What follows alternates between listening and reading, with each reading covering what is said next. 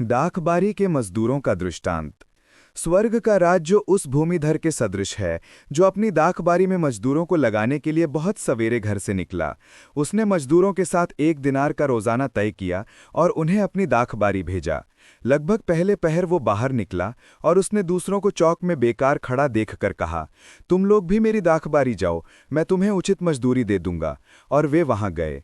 लगभग दूसरे और तीसरे पहर भी उसने बाहर निकलकर ऐसा ही किया। वो 1 घंटा दिन रहे फिर बाहर निकला और वहां दूसरों को खड़ा देखकर उनसे बोला, तुम लोग यहां दिन भर क्यों बेकार खड़े हो? उन्होंने उत्तर दिया, इसलिए कि किसी ने हमें मजदूरी में नहीं लगाया। उसने उनसे कहा, तुम लोग भी मेरी दाखबारी जाओ। संध्या होने पर दाखबारी के मालिक ने अपने कारिंदों से कहा, मजदूरों को बुलाओ, बाद में आने वालों से लेकर पहले आने वालों तक सबको मजदूरी दे दो। जब वो मजदूर आए जो 1 घंटा दिन रहे काम पर लगाए गए थे, तो उन्हें 1-1 दिनार मिला। जब पहले मजदूर आए तो वो समझ रहे थे कि हमें अधिक मिलेगा, लेकिन उन्हें भी 1-1 दिनार ही मिला। उसे पाकर वो ये कहते हुए भूमिधर के विरुद्ध भुनभुनाते थे, इन पिछले मजदूरों ने केवल घंटे भर काम किया, तब भी आपने इन्हें हमारे बराबर बना दिया, जो दिन भर कठोर परिश्रम करते और धूप सहते रहे। उसने उनमें से एक को ये कहते हुए उत्तर दिया, भाई, मैं तुम्हारे साथ अन्याय नहीं कर रहा हूं। क्या तुमने मेरे साथ 1 दिनार नहीं तय किया था? अपनी मजदूरी लो और जाओ। मैं इस पिछले मजदूर को भी तुम्हारे जितना देना चाहता हूं। क्या मैं अपनी इच्छा के अनुसार अपनी संपत्ति का उपयोग नहीं कर सकता? तुम मेरी उदारता पर क्यों जलते हो? इस प्रकार जो पिछले हैं अगले हो जाएंगे और जो अगले हैं पिछले हो जाएंगे। दुख भोग और पुनरुत्थान की तीसरी भविष्यवाणी। ईसा यरूशलेम के मार्ग पर आगे बढ़ रहे थे।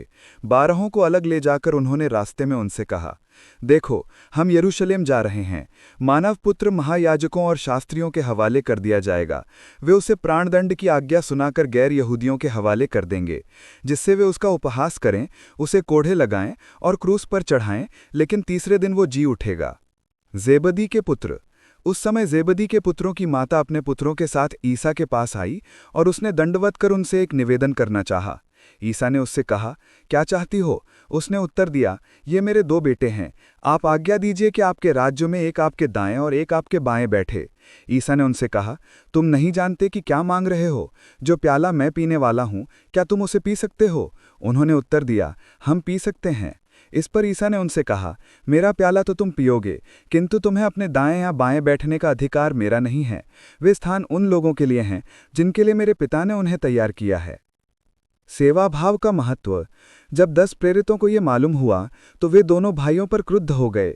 ईसा ने अपने शिष्यों को अपने पास बुलाकर कहा, तुम जानते हो कि संसार के अधिपति अपनी प्रजा पर निरंकुश शासन करते हैं और सत्ताधारी लोगों पर अधिकार जताते हैं। तुम में ऐसी बात नहीं होगी। जो तुम लोगों में बड़ा होना चाहता है वो तुम्हारा सेवक बने, और जो तुम में प्रधान होना चाहता है वो तुम्हारा दास बने। क्योंकि मानव पुत्र भी अपनी सेवा कराने नहीं, बल्कि सेवा करने तथा बहुतों के उद्धार के लिए अपने प्राण देने आया है। यरीकोह के 2 अंधे।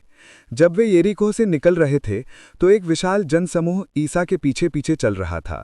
सड़क के किनारे 2 अंधे बैठे हुए थे।